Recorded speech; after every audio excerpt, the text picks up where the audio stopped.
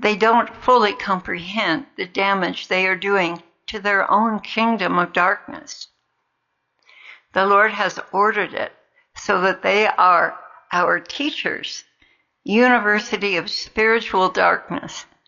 Every time they do something to us, He explains it and how to pray.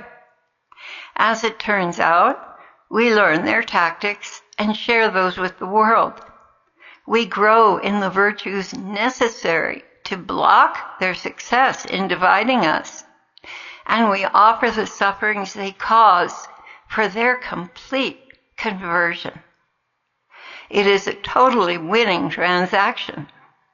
The martial arts teach people how to use their enemies' moves against them and turn the tables. And that is what the Lord is doing here. I do not trust myself to ask the Lord anything about timing because I know it changes from day to day. And He told us no one would know the day or hour. But the one thing He has been very consistent about is get ready. Stop living for yourselves. Get right with God, for His judgment approaches. You see, we are quite simple in our thinking. We have no idea what acceptable holiness really looks like. The saints seem to be way, way, way over our heads and so far beyond us. But I thank God that His mercy is the bottom line. So we try with all our heart to please Him. So please forgive me for not getting this message up sooner. Truly, I was waiting on the Lord, who had sent 2 signs to confirm the delay. He also gave us new assignments, so I have been swamped. But this is the first day He has begun to fill me in. And my only response to all the naysayers is simply the words of Jesus. No one will know the day or hour, not even me, but only my Father in heaven. Paraphrased from memory. I am not even going to venture a guess. Everything is in place for the war in the Middle East.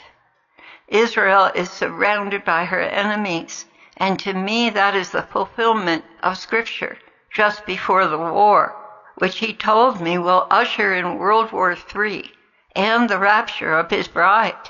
Think about that. What does that tell you, that Israel is surrounded?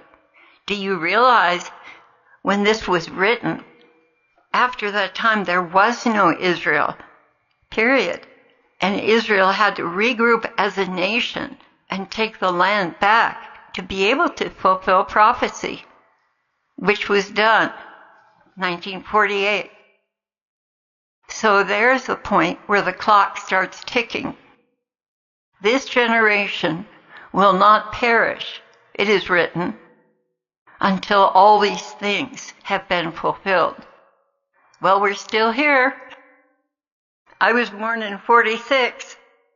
We're still here.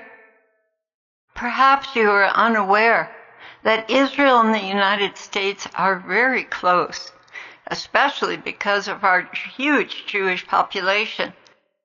We have been arming Israel with advanced weapons and technologies that are still unknown to the world. For this reason, and others not quite so obvious, Russia, Iran, China, and all their alliances must disable us before they strike Israel. So it is believed by those who are in the know that we will be attacked without warning first and disabled before they attempt to wipe out Israel. That is why we are at DEVCON 1 and our military is on high alert. So this could happen at any time. It is only the Lord's mercy and your prayers that is holding it back. But know that when America is devastated, that the rapture will happen very shortly. That's going to be your sign. Hang on to that. It'll happen right on the heels of the attack on America. And I caution you also that there are those on the net, and possibly among those you chat with, that you have never known personally, and who are actually not very nice people. They are trolls. They didn't apply themselves to do good, so they chose to be bad and spread lies. They are creative liars, just like their father, the devil. And if you are not in union with Christ and living a consecrated life without habitual serious sin, you can easily be swayed to believe any narrative. Beware, my beloved ones.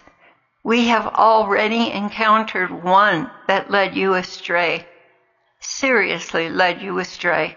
And there are hundreds working for the government and the Satanists. They are true wolves in sheep's clothing, and you will know them by their fruits.